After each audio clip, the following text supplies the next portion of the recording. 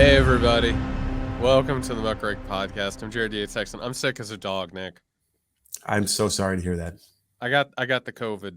I got it. I got it good. I kept away from it basically for 2 years. Avoided it like a steadfast warrior, almost like a monk, Nick. But it tracked me down. It's inevitable. It's kind of like Grady Seasons playing Tom Cruise in the Color of Money. It's just it's a nightmare. You never wake up, but It's you will wake up. You will get better day after day. I got it twice in the last 4 months, and it will get better. I appreciate the pep talk. I gotta tell everybody, I feel like straight garbage. It is hitting me so hard. I heard all this talk. Nick was even telling me before we started recording that it wasn't that bad for him when he got it. I got all the vaccines. I got the boosters. I got all the jabs, Nick, and it's still coming down on me like the judgment of God. Well, had you repented? I suppose is this what we're gonna get to? Well, to be clear, a winter hurricane type situation descended on my town. It was everything that we talked about. Mhm. It was so bad. There was so much snow. It was the coldest I've ever felt. I had to go shovel my aunt's driveway because why? Why wouldn't I? And then this happens. It feels like I've got some repenting to do. Yeah. I've got some humiliation to go after. Well, I definitely want to send some good wishes over to people like in Buffalo who are really struggling there. It sounds like it's all in the news here, how bad it is. And, it's funny. I saw some outrage of people who are like, why do you have to go visit relatives like on this one random day in December? Everyone wants to do it on. But I think that's the point. And I feel like people should be a little bit more sympathetic because certainly school schedules allow only for like the moments where you can visit your family on December 25th. So it sucks that it has to be that way and the entire country has to get stuck because now you're looking at lines and all these canceled planes and everything. But I just hope I'm glad, I guess, for me that I didn't have to go anywhere or to travel. I know. What did it get to in LA? I'm guessing 70, maybe 69, cold snap. Oh, it's hot out here today, Jeremy. You're Jared, the worst. I'm not gonna lie to you right now. You're the It's absolute worst. But yeah, our best wishes to the people who are stuck, also the people who are dealing with I don't know, power grids that have been attacked by quote unquote mysterious groups out there in the wilderness, which we'll cover later when more information comes to bear. Meanwhile, Nick, let's get into the old Christmas spirit. It's the day after Christmas, December 26th, here on the Muckrake Podcast when we're recording this. Also known as like one of the weirdest days of the year. But a couple of days ago, speaking of weird, 3 buses full of migrants were sent from Texas. I listen. Depending on who you talk to, they were either heading to New York City and they were rerouted because of snow. Somehow or another, they ended up at the Naval Observatory, which is the home for Vice President of the United States of America, Kamala Harris. It looks by all evidence that Greg Abbott, asshole, sent these people there in the middle of the night, freezing cold, some of them with nothing even approaching a coat or a jacket. Nick, we've covered this before. It's disgusting, and to do this, particularly during the holiday season, during this cold snap, is even worse.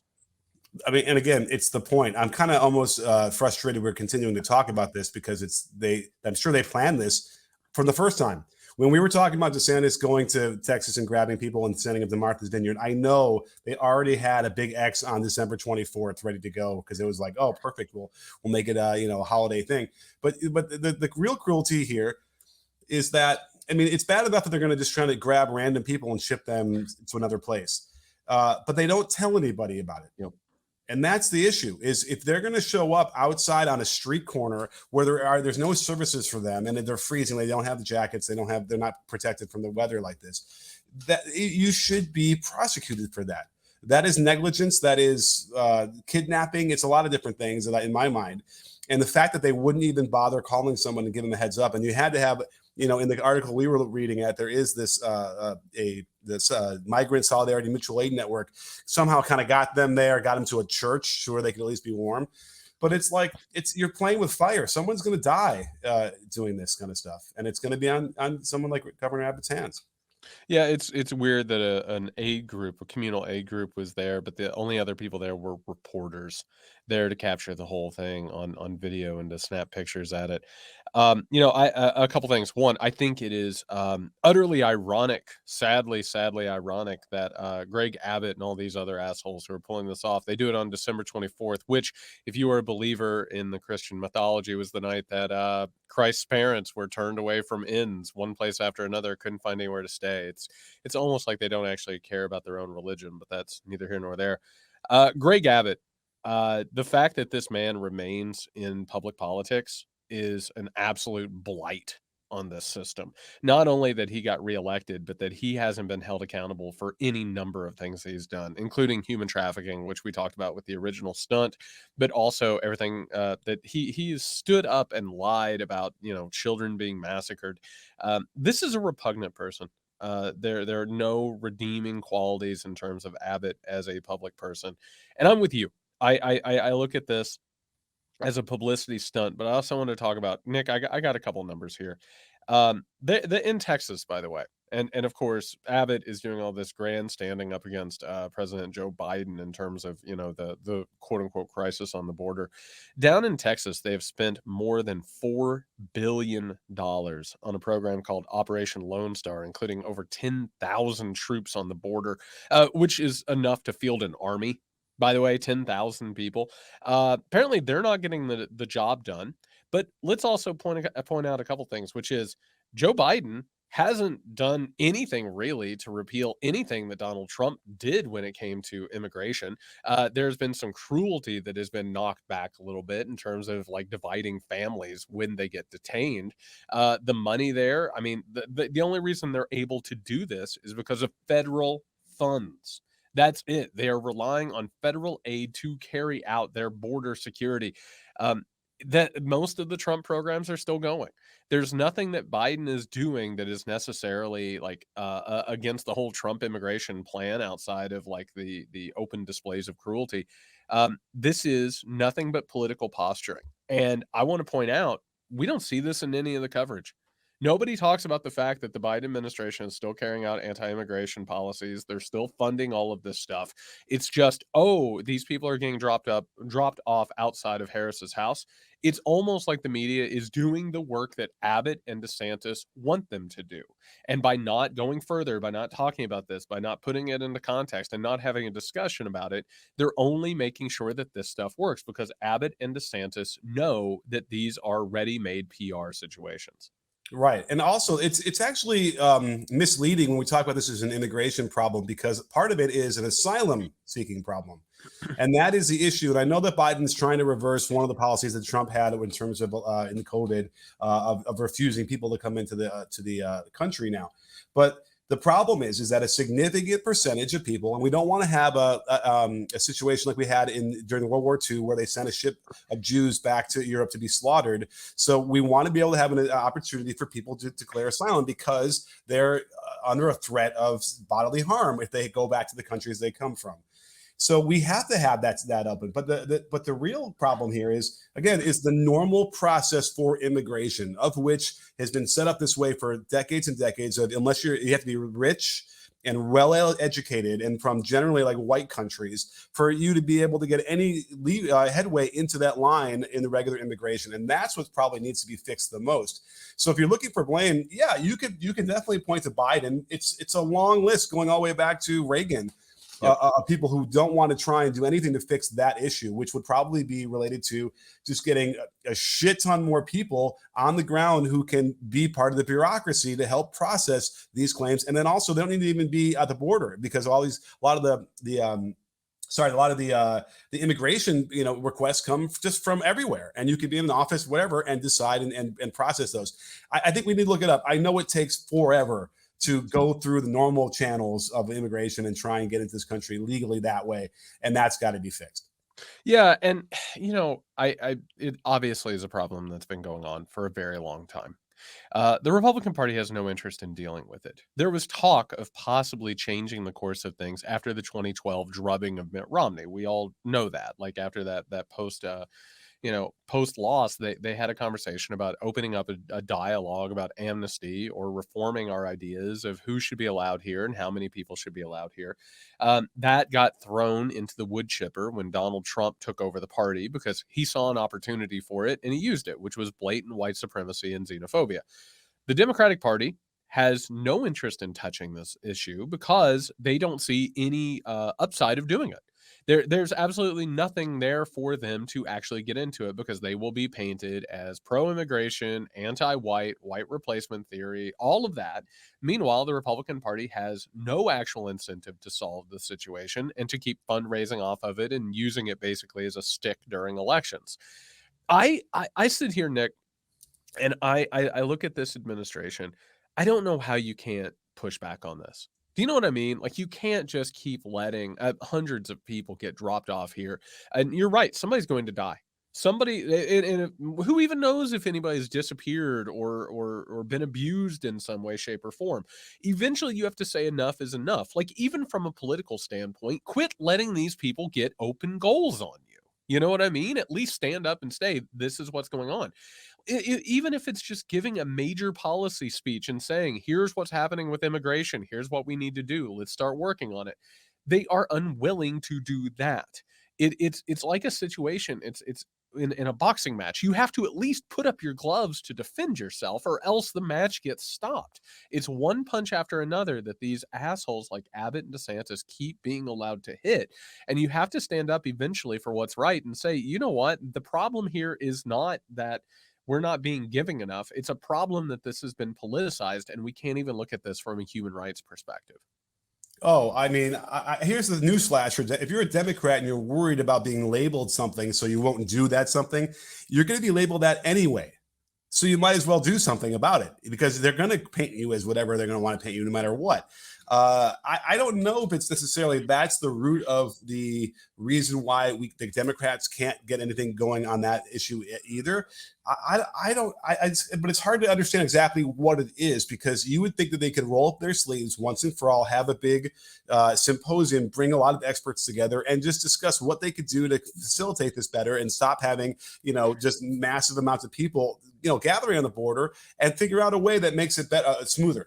The answer very well maybe there isn't an answer. Like that's what's kind of scary about it, right? Because again, there is this notion of having borders and having a country that you need to process people coming in a organized manner.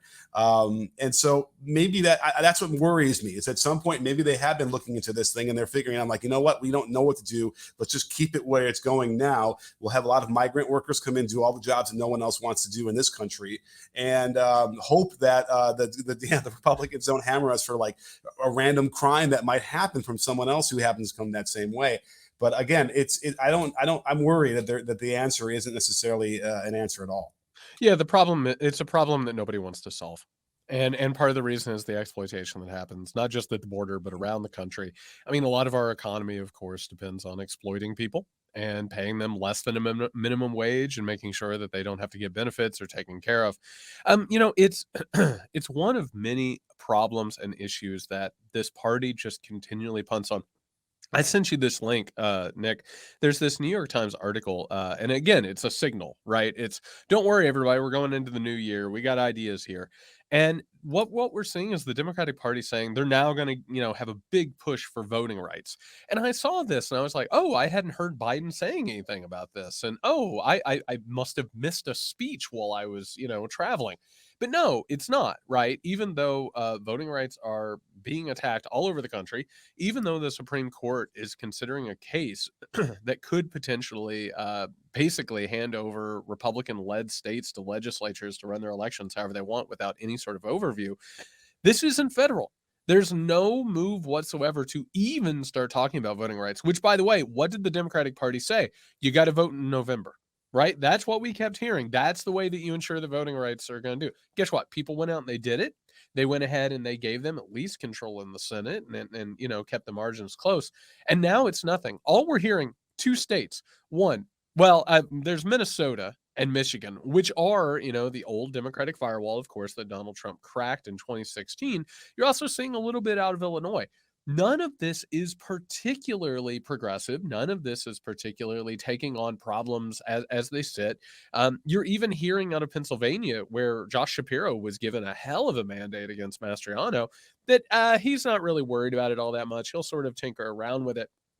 This is a party, Nick, that I think still fails to see where the game is, where it needs to go, and what you need to stand up to in all this. And the governor of Illinois, Pritzker even came out and said, "I can't believe the Democratic Party does this. They're taking their foot off the gas. They have no idea what they're doing. They're not going to fight for this thing."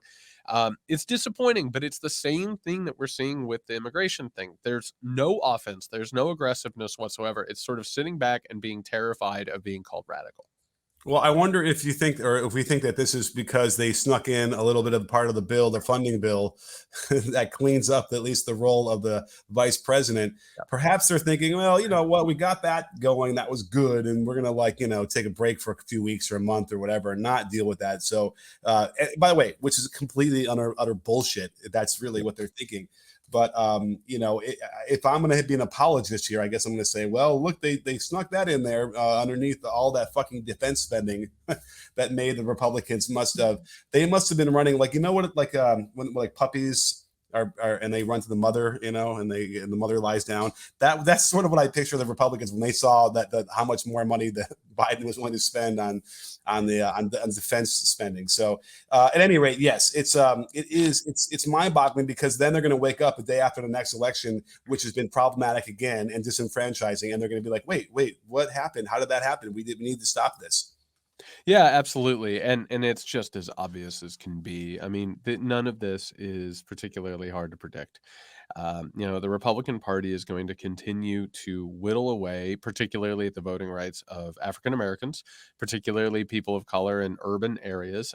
You have a lot of these states where you basically have large rural conglomerations, and then you have maybe one or two cities. We're talking, of course, about the southern states, where they're going to do everything that they possibly can to, just completely negate any of the voting power of the people there, including, by the way, throwing them off voting rolls and making sure eventually somewhere down the line eventually when they get this independent legislature theory, and you basically have an entire nation of Claremont Institute trained sheriffs, that are going into like these polling places and basically stealing Dominion voting machines and the numbers that they have. You're going to have a moment where people are going to look around, they're going to say, why didn't anybody do anything about this? The time to fix this is now. The time to have a conversation about this is now. And everything that we're talking about in this story, the Democrats only doing this in states where they have like won a large majority. And by the way, we're not even talking about like passing a lot of laws to ensure voting rights, Nick. We're talking about automatic registration when you get an ID. We're talking about mail-in ballots. We're not talking about anything radical. We're not getting into a real conversation. I mean, like every now and then they'll flirt with the idea of giving felons the right to vote, which it's still insane that, felons who aren't in jail can't vote. I mean, that's nuts, really. But it's nothing radical. It's nothing pushing the envelope. It's not getting into this situation. And it feels to me, and I'd be interested what you have to say. It feels to me like the time is nigh for some adversarial action. You know what I mean? If you're going to sit around and talk about semi-fascism, if you're going to have these big dark Brandon speeches and talking about threats on democracy, particularly, and by the way, we got to talk about this hoot of a Donald Trump article later, with Donald Trump on the ropes and basically them trying to take the brain, well, not the brain, because there ain't much of a brain out of it, but the central nervous system of MAGA and putting it into the DeSantis machine. It is time. It's if you really want to do something about this, and that is the question, is how many of these people actually want to do something about this? How many of them want to take the thing on? Right now is the moment, and they are letting the moment pass. Well, you're in trouble when the radical suggestion out of this is letting college students vote in the city that they're going to college in. Right. That's another one of those ones, and obviously they skew Democrats, so the Republicans are freaking out about that. Yes, the time wasn't now. It was when they had control of Congress and the Senate. Like we've already blown it here at this point. But here's what's interesting to me is that if this continues to go the way it looks like it will, and that includes if the sovereign states or whatever that law goes that the Supreme Court votes rules on, if the states are allowed to control it like they do, then you're going to have a very similar situation to what abortion is like in this country. Yep. And it just doesn't make sense that you would be in a certain state of the union, not be able to get an abortion or not be able to vote for a random reason, that if you would just take 5 steps to your left across some arbitrary border of us between two states, you could then vote, you could then get an abortion legally, and that's not a problem at all. This is the whole reason why they protected Roe v. Wade from the beginning, is because it made no sense to do that. And it's the same thing now. Why these states would be allowed to have completely different rules for how you're eligible to vote is completely antithetical to what a democracy should be. And that is what's going on here. And that's why it's like, when you think about how we ended the Civil War, at some point it never really ended. And a lot of these states want to go back to having a separate country. I'll go ahead and I'll take the blame for this back even further. I actually think you go back to the supermajority under the Obama administration. And one of the things that the Democratic Party, and again, this is unfortunately very true of the modern Democratic Party, when they win, there's like, oh, destiny is on our side. There's like, oh, demographics are destiny, and we're going to win every election from now on. And we just need to proceed with caution. And then eventually we'll get to where we're going. They thought for sure that with the changing demographics in this country that, time was on their side. They never once sort of war gamed the idea that the Republicans, backed by libertarian billionaires, were going to attack democracy, as democracy didn't favor them. They Mhm. simply were not able to sort of play not just 3D chess, but like 18-degree chess. And as that took place, like, you can see all of these moments where these things should have been taken care of. And on top of that, you simply could have, like, I don't know, you could have inoculated large parts of the population against the radicalism we're seeing take place right now. You could have moved things in a different direction. You could have even started taking on climate change. You could have gone towards more of a domestic production thing that was on the table back then. And instead, we lost years. And by the way, the Trump years, those 4 years, weren't just 4 years. They packed a hell of a lot of destruction in those 4 years. So you lost a lot of time. And now we're just sitting there, sort of like it's almost like in a cartoon where you see a little character like up in air moving their legs and nothing's happening. Like, we're losing fundamental important time here. Yeah, I think the other thing they didn't really count on was how many people who were not white would kind of be attracted to this white patriarchal, concept of how the government should be run. Whiteness is a hell of a drug, Nick. Yeah, right. It's weird, and I maybe want to give him a pass for that, but we were starting to see that where this is more of it's rooted more in like personality traits of how you are versus voting in your best interest, by the way, we should have seen then, because how many times have we seen it in the last 30 years where people would vote like the tax code they would want, as if they were millionaires who wanted to protect all this wealth of which they had none. But maybe they thought, eventually I will be really rich, and so I want to make sure that when I get taxed, I will not have to pay all that money. Versus, let's make those people pay their fair share, and everybody else will have a better life because of that. I guess there is a similarity to that, but as a result, here we are, and it's teetering. It still probably leans more towards what the Democrats feel, where their platform appeals to more people. It's much more popular generally, but it's teetering, and they don't understand that, and that's why it's about to be like the Titanic is almost going vertical right here. If I had to diagnose the Democratic Party, I would diagnose them with a bad case of manic tepidness, which is, when things feel good, man, it's just the good times are going to roll again. Hey, but we've already won. So let's just, yeah, I don't know. Maybe we'll means test, like half paying for lunches in Cleveland, Ohio's like third or fourth district. And we'll get wild with it. We'll even throw in a free milk when we're at it, only for the people who qualify.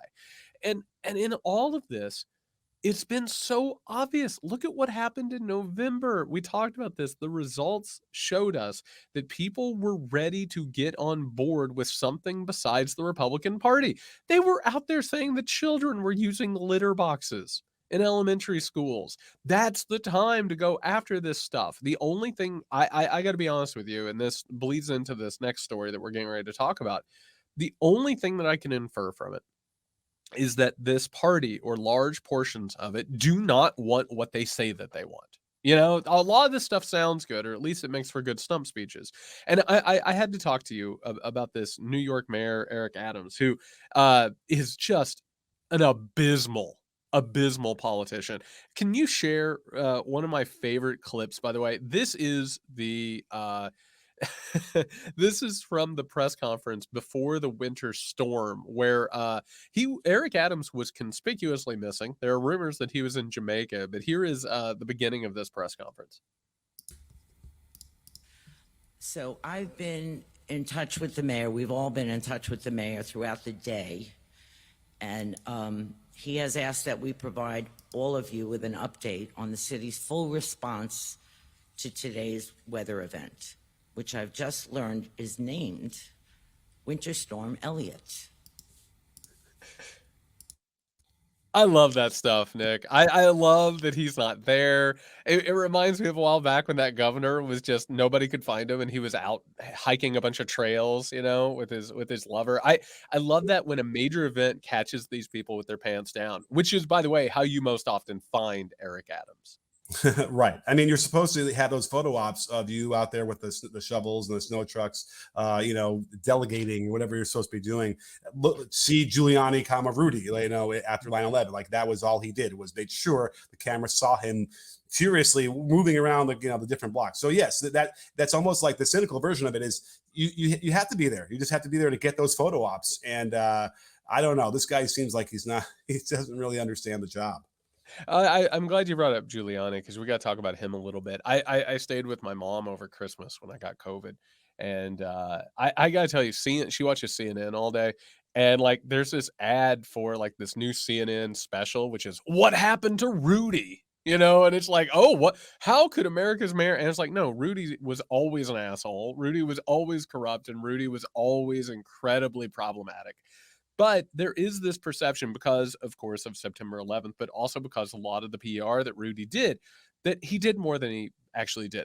And in this case, Adams, he did this interview with Politico. It was supposed to, I think, sort of clean some of this stuff up, particularly the timing, but also to go ahead and start like cracking into this perception that crime is on the rise. Which, by the way, Nick, quick pop quiz. Are you ready?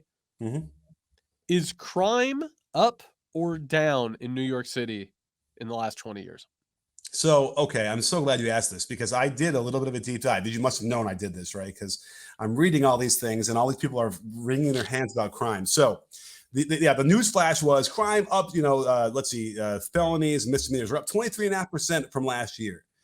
But if you want to compare to like 1990, it's like not even close. It's like you're going to Disneyland every day in New York City based on what it was like in 1990.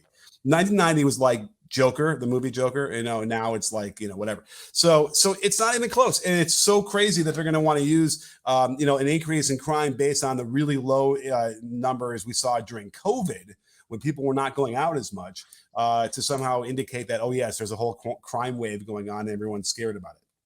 Yeah, the biggest problems are things like mass shootings and gun violence, right? These random acts of violence. Crime in New York City has decreased in the last 20 years, which, by the way, Rudy Giuliani gains so much credit for eliminating crime and cleaning up New York City.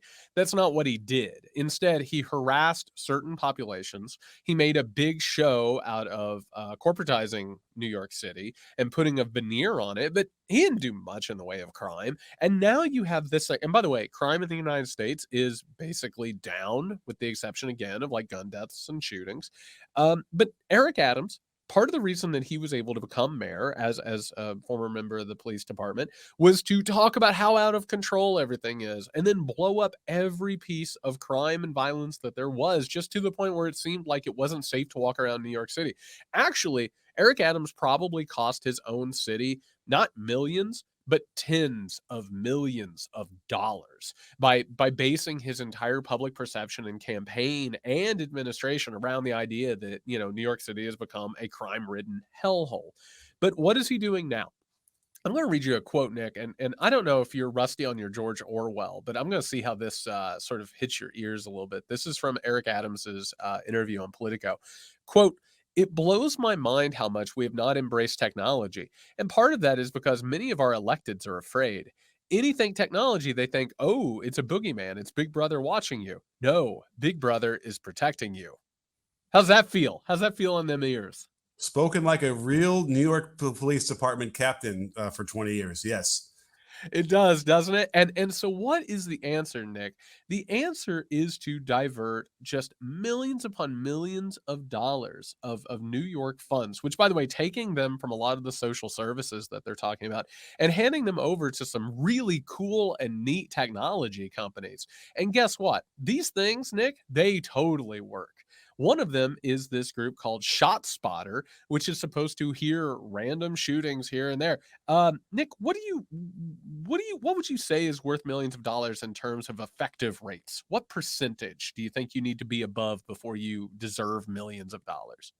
Oh, I would say you got to get close to like 85, 90% accuracy. It's really funny you say that because in other cities where this has been deployed in other areas, it's going at about 10%, 12% effectiveness. About 80% of the time, like it doesn't actually show a crime. But the good news, Nick, is that you put these cameras and these recorders and mics up in neighborhoods of color, and that means that the police can go there and they can find other crimes. Isn't that great? Jared, didn't we all see Minority Report? I've seen how that happens. And we know it doesn't work that way. And it's like they're still trying to make this thing happen in some fever technology pitch. It's like, but by the way, like, listen, is there a way can we ultimately leverage technology to help fight crime? Like, I have to assume that we could in some way, but there are ways that we shouldn't. okay, yeah. So I don't want to just completely poo-poo the whole notion and the whole like concepts, but yes, unless you're going to use something, you know what? I got to break into this because it's like they're using newbie technology and rookie stuff here on a major, the biggest metropolis in the United States. It's kind of like somebody in my family making brisket for 15 people the other night for the first time ever and subjecting us to some of the worst meat I've ever had, and I'm still traumatized by it. And it's like you should know better. You can't just throw stuff out there that isn't tested, that isn't proven to work in such an important environment, like either a big family Hanukkah dinner or trying to combat crime in New York. I gotta tell you, when Eric Adams got in office, the dollar signs in these corporations' eyes went off. And by the way, it's New York City, which is where they're going to basically cut their teeth on these things. It's wonderful to have a stupid mayor. It's fantastic, particularly a stupid mayor who got elected by like creating a pretend crime wave, and his entire political career now depends on him solving the problem that he has created. Meanwhile, I gotta tell you where all the technology that we're about to see in New York City, where it's coming from. It's coming from China, particularly these methods that have been created not just to surveil the public, but to carry out an active genocide of the Uyghur population, and to go ahead and take those people and not only like carry out a genocide, but to sterilize them to use them for slave labor. That type of stuff has been percolating in the United States and in Great Britain. This is where it's going to start really finding purchase. It's going to be in places like New York City with idiots like Eric Adams. And I guarantee you that's where this entire thing is going. Well, especially because we talked about the mindset or the personality traits of certain like the ultra right wing people, and part of that is that like anything more than 0% crime Yep, is crime running rampant. And that's I, right. I, I kind of was thinking about this. I have to think that in an open society, in a democratic society like we have here, you are simply going to have crime. It will exist forever. You are going to have if you wear a mask, you might actually get COVID sometimes. Like these things are not 100% completely effective things that you can never reduce to zero. And yet I feel like at least when it's a chance to dunk on the other side, that is what that is their mindset that gives them the incentive or the energy to like completely rail and base their entire life vision off of this. And it's like there's nothing that's going to ever solve Yep. crime. It's not ever going to be zero. And so it's like, but to hear them talk about it, that's what their goal is. If there wasn't crime, people would make it up in their own minds. The problem is the perception of other people. I mean, this is why, of course, you get like, Salem. This is why, like, even in the most oppressive societies, they're still scared that evil spirits are lurking in the dark. In this case, there's not even an uptick in crime. There's not. And around the country now, it's like, oh, I wouldn't live in a city for whatever. It's about stoking the fears of people to profit off of them. It's not even about actually solving crime. Again, this ShotSpotter group, they have an effective rate of about 12%. It's not about actually taking care of anything. It's about making sure that those cameras and those mics are put up in these neighborhoods. The side effects doesn't matter. If a bunch of innocent people are going to go to jail, if it's going to lead to racial profiling, if it's going to basically lead to another broken windows policy, that's what it's going to do. And Eric Adams is the perfect carrier for that, to put that into action. Yes, I have nothing more to add. I'm too upset about it. All right. Speaking of upset, I know you wanted to talk about this, so I'm gonna hand this over to you here in just a second. We gotta talk about the Twitter files. It's setting everything on fire, Nick. It's just burning up the cables. The internet is barely working because everyone's talking about the Twitter files.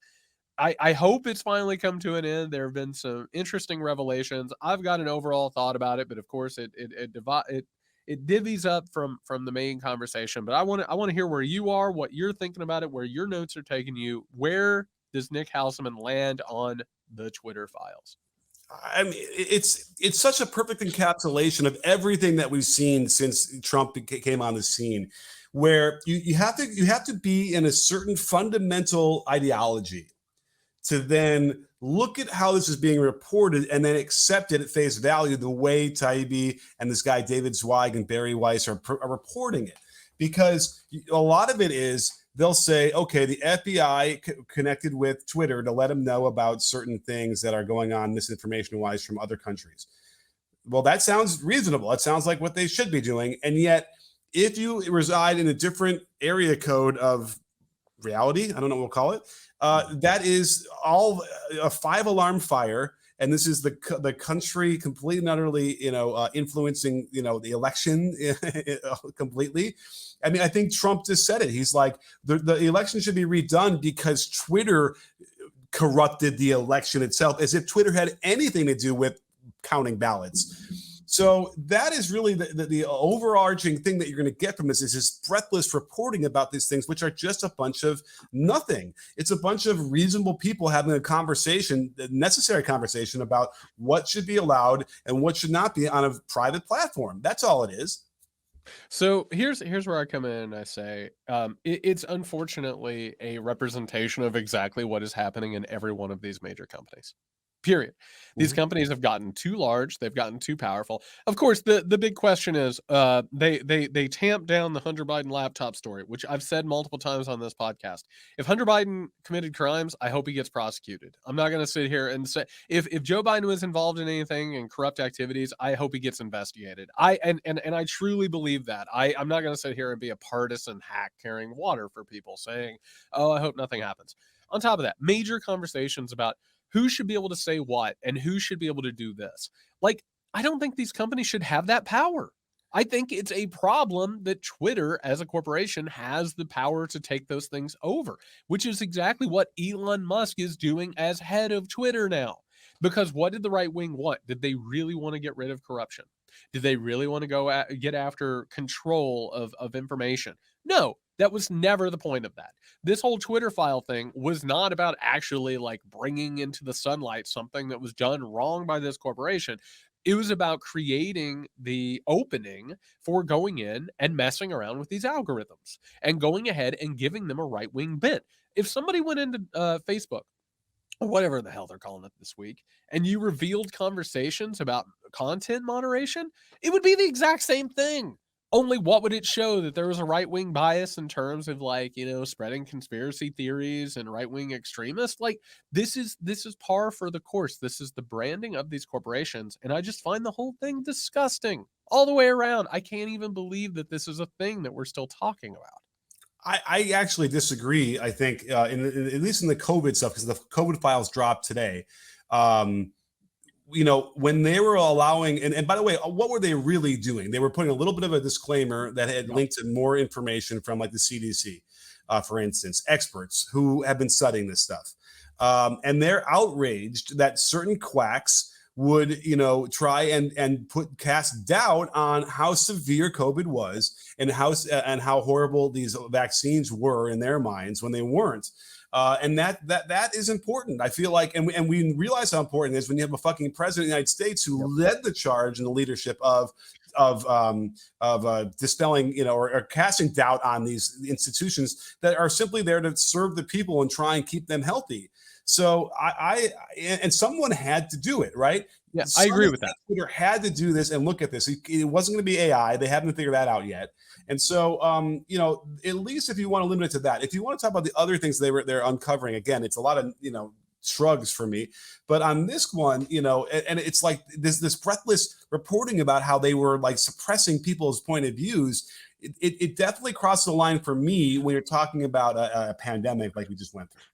Well, and I got to tell you, the people who carried the water for Musk, they did it because they wanted it to be breaking news. I mean, they were it was handed over to them, this like quote unquote treasure trove of information. It was handed over by Elon Musk, and it was going to be. And by the way, you want to talk about like understanding things?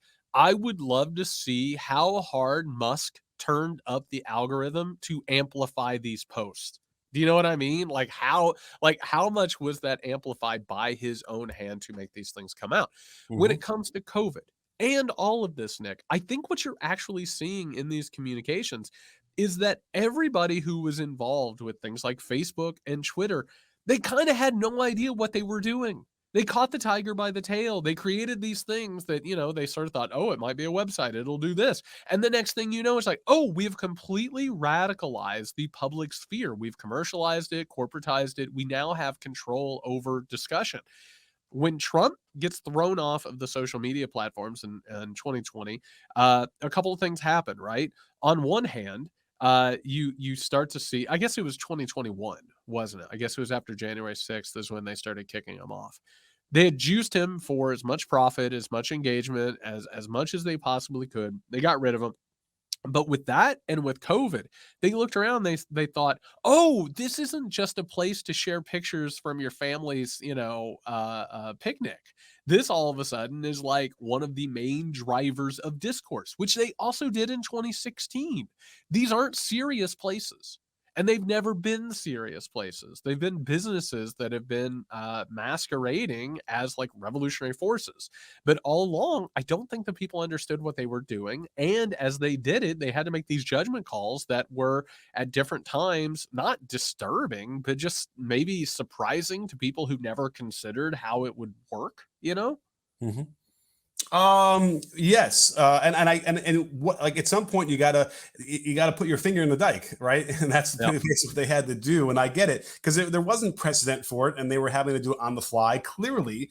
And it was kind of crazy when you do see these interactions. But at the very least, it was reasoned, and they wrung their hands about it. They thought about it. They had lawyers. They looked at it. They tried to figure it out. I want to give you an example though, because this thing that came out today, one of them, number 23 of the Twitter files from today, was about this guy Martin Kulldorff, who had a tweet that was they turned off likes and shares, or let's see, replies and likes were shut off, and they labeled it misleading. Now, they didn't even label it a lie; they labeled it misleading with a little bit more information that you can click onto. But here's what he said: he's replying to the first question to him is, Dr. Kulldorff, do you think younger age groups and/or people who already had the virus need to be vaccinated? I am not an anti-vaxxer, but I am vaccine hesitant about this one. It seems to be a religious mantra now that everyone must be vaccinated.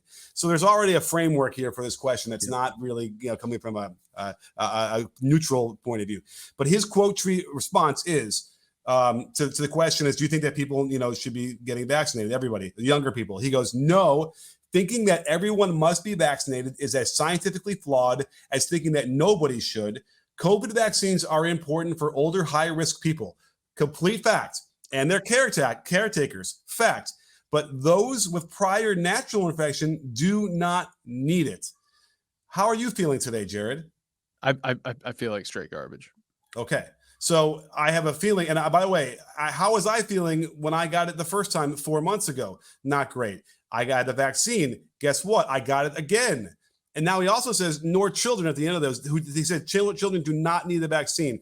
I'm not going to go over the numbers, but they're awful as far as how many children have died from COVID. Okay, and also how many other people have been killed or have died from COVID who've gotten it from children who might not have suffered as greatly from it. So what are we talking about here? That is complete, misleading information that should be labeled that way.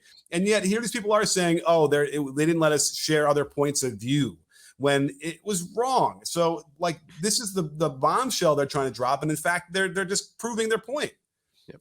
I want you to imagine, by the way, that you're a tech person who lands a really, really big, high-paying job at Twitter or Facebook, right? You're so happy that you have it. You tell everybody that you know. Everybody's so proud of you because you've reached the top of the food chain. Then all of a sudden you start going to work and you're helping to kill 1 million people in America alone. You're putting children and grandmas and grandpas in danger. All of a sudden, the thing that you work so hard for is the thing that is actually making all of this so much worse in America and around the world. Of course, you're going to start talking about what you do. This is such horseshit, the idea that they wouldn't do it. I take it to the next step, Nick, which is I want to break these companies up. I just do. Twitter has been very good to me. I'm not going to sit here and lie and tell you it hasn't. I want it broken up. I think Facebook needs broken up. I think most of these major monopolies need to be broken up. Take them over your knee and shatter them into 1,000 pieces. The world would be better for it. And you know what? Like if any of these people cared about anything that was in the Twitter files, they would be up for that too. But that's not what they care about. What they care about is seizing control of the thing and then using it for their own purposes, which is what the Twitter files are about. It's about creating the situation in which they can take it over and they can go ahead and push it in the other direction. Okay, I'm not sure I could picture what breaking it up means really, because Well, are you okay, I'll talking go oversight? real fast. I would go ahead and say something along the lines of declare them utilities. Hmm. Right? And go ahead and start scrutinizing them because basically the government has no idea what the internet is. I mean, we are 3 decades into this thing and they still don't have an idea. They're still basically on a series of tubes. Go ahead and turn them into utilities, scrutinize them. Do everything from like making sure that Facebook or Meta or whatever can't own Instagram. Go in with something like Twitter. I have to assume how many things have been gobbled up and slapped in there and moved around. Like go in and start making sure that these things would be turned into either multiple companies or that there is something even approaching regulation. There should be like you should be able to go after these people and make sure they're playing by some type of rule. I mean, I guess I could see like an FCC kind of oversight to this Yep. thing, which is interesting. Obviously, there's going to be pro-business people who are going to be like turning this off right now based on that the If you reaction. think that the pro business people have made it this far into this show, I don't know what to tell you, man. I don't know, but yeah, but because obviously, you got to be able to have free enterprise and capitalism and all that stuff, and so that would be, China getting in the way of free speech. Listen, I'm not going to argue that it's an easy solution, but if you're going to do armchair quarterbacking months and years later from what you see and how they adjudicated this isn't any cause. This is not a 4-alarm fire to me as far as what they're trying to expose. But you can see what the writing on the wall is here. This is Musk's attempt to, first of all, probably change the narrative away from him and how ridiculous he's being right now running this company, and then also a setup to eventually have kind of stifling oversight and control of what they would consider, free speech. It would not be free speech anymore. I gotta tell you, it's already happening. I'm experiencing it pretty hardcore. I mean, it's the dials have already been turned. By the way, speaking of pathetic, Nick, we have to talk before we get off here about this absolutely pathetic New York Magazine profile of Donald Trump, done by Olivia Nuzzi, who basically has sort of tiptoed a line and reporting and friendly reporting with Trump and going after quote unquote the left. That she was given like unparalleled access to Donald Trump and Mar-a-Lago. The Nick, the quotes and the scenes here are pretty rough. It paints a tough picture of Donald Trump, exactly what's going on, how his world is starting to fall apart, and he is becoming increasingly isolated. We have reports of a person who is delusional. who is locked in their own reality. Shocking, I know. And we basically have a VIP section that consists of MAGA retreads and people who never were. Like one guy who just wore a brick suit to all these rallies. He is now in the VIP class. And everyone around Donald Trump at this point is saying, why in the hell are you running? And the answer that seems to be coming up the most is there's nothing else for him to do, which is exactly what we were thinking. Yes. Well, remember, he was thinking that he was going to run to try and maybe tamp down all these investigations, which I mean, I still don't believe that he really believed that was going to do it, right? But perhaps it just gives him some more cover. So eventually, when these things come to a head, he can just keep yelling about, political persecution, yada, yada, which actually, might be in his adult brain somewhat reasonable. But it is, what was interesting to me is, normally people don't announce a presidential run in a year and a half before, or I'm sorry, it's not a year and a half, it's almost 2 years before. Am I correct in saying that? Yeah, this ain't normal.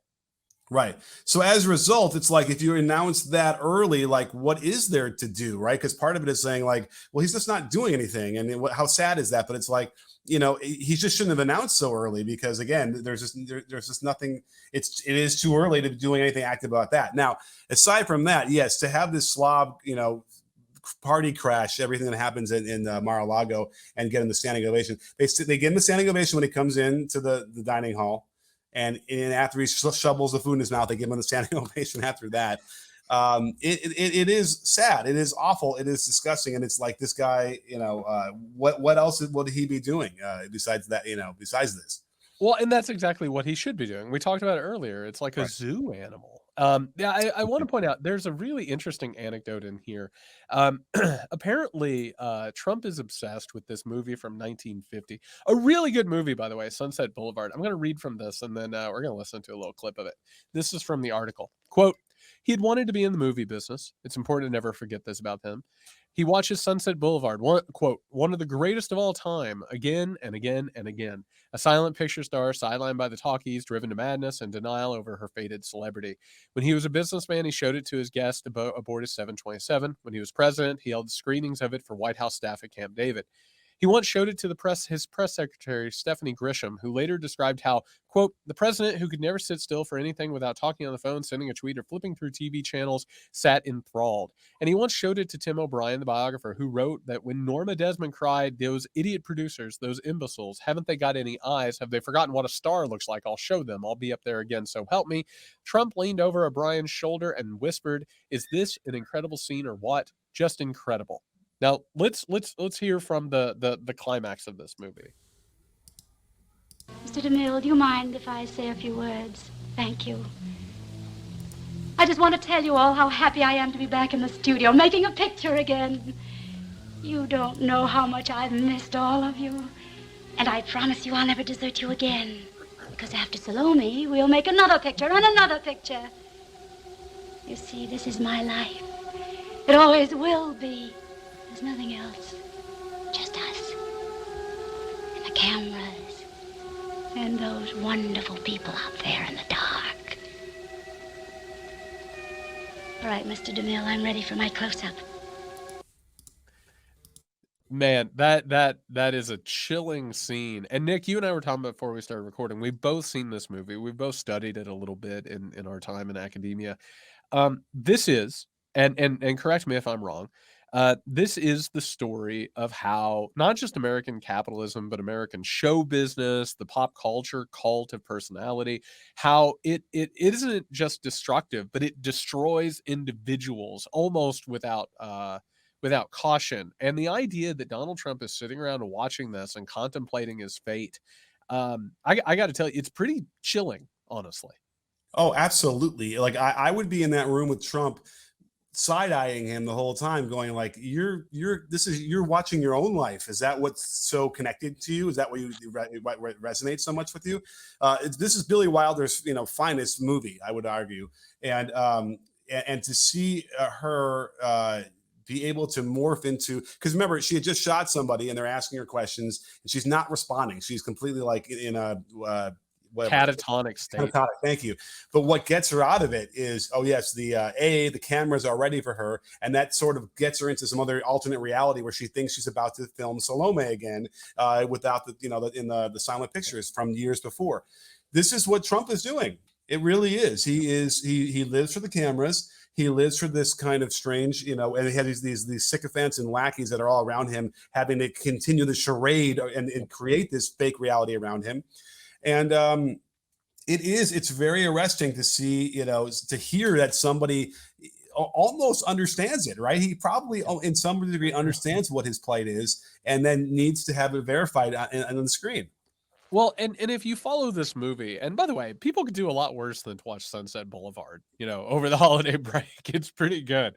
I will say it's a fundamental misunderstanding of the movie. I mean, I think Trump watches it and is able to project his own cause on it because this is a silent film star who has been done wrong by the system, right? It wasn't her fault. She didn't do anything. The Times didn't pass her by.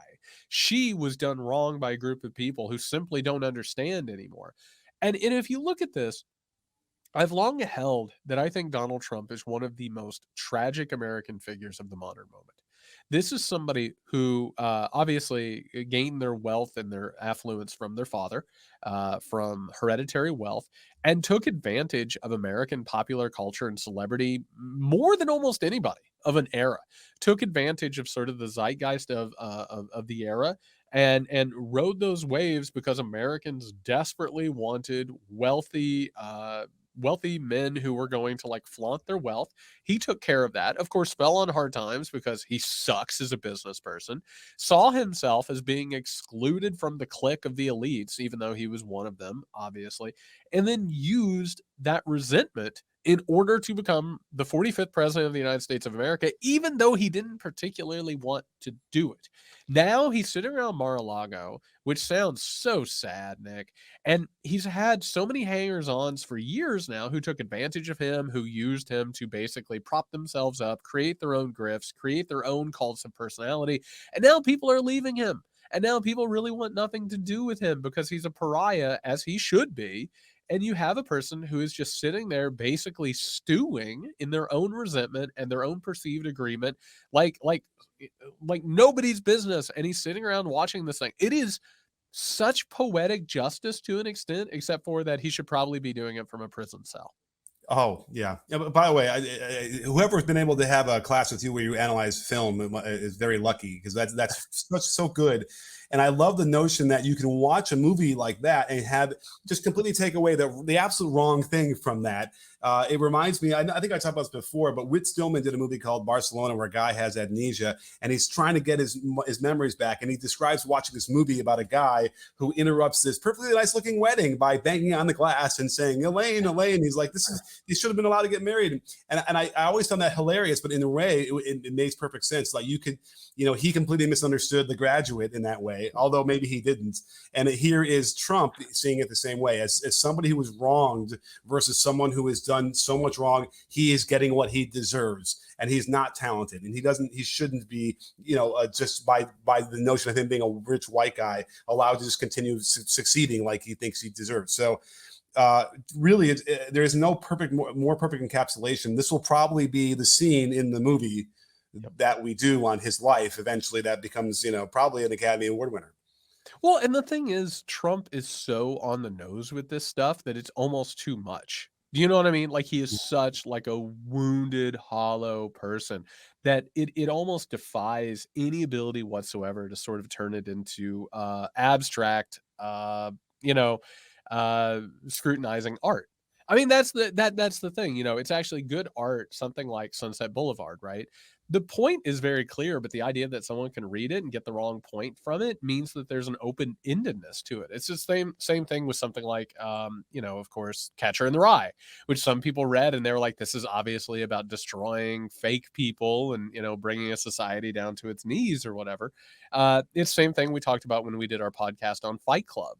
Like people watched that movie for exactly the wrong reasons, because they felt like it sort of lined up with their own ideology, even though it actually excoriated it. Oh, wait a minute. Time out. Wait, what is Catcher in the Rye about? Well, Catcher in the Rye is about being lost within the wilderness of that phoniness and whether or not you can actually do anything about it. I don't know how to say this, but it's not about shooting John Lennon. I'll just say that.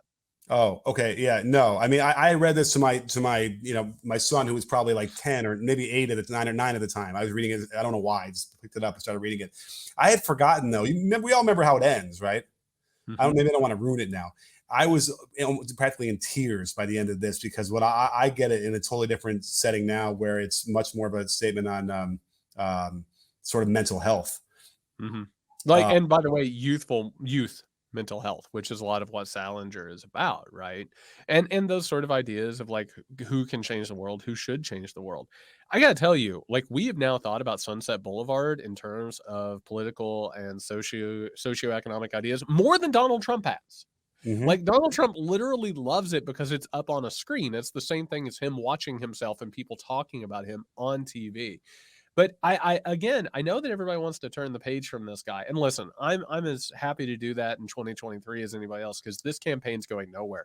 If you haven't read this article, you absolutely should. Like this is a dispatch from the decline of Trumpism and its transference over somewhere else. At one point, she brings up the idea, Olivia Nuzzi does, of Ron DeSantis governing Donald Trump. And it's just like, no, I don't, he's not my governor. I'm not under him or whatever. Like, it's very obvious that this is a plane that is going down or this is a sinkhole that is growing. But I have to tell you, that desire to look away from him and not really scrutinize who he is, it's a mistake. Like this honestly was a reflection of the American soul. This was a reflection of who we have become. And this guy, I think he embodied it more than almost anybody else. And that's how he snuck in to the consciousness. And so he's able to do it because everyone said in 2015, oh, just ignore him. Ignore. That's what the guy wants. He wants attention. We just have to ignore it. And that was a fatal flaw that led, to 2016. There is nothing more American than white men who have been given everything, sitting around and being pissed off that they don't have more. And Donald Trump probably lived that reality more than anybody else ever. Jared, why do you hate America? All right, everybody, that's going to do it for. I'm going to go take some Sudafed or NyQuil. I don't know what I've got. I got something, but I'm gonna go rest up. But I will be back if everything works out for the last Muckrake episode of 2022. They'll be coming out Friday for the Weekender episode. And all you got to do to get that is go over to patreon.com/muckrake-podcast. That keeps us editorially independent, ad-free. It keeps the show going. So again, patreon.com/muckrake-podcast. We hope you all had a good holiday. We hope you're staying safe. You're staying warm. If you need us before then, you can find Nick at Can You Hear Me SMH. You can find me at JY Sexton and in bed.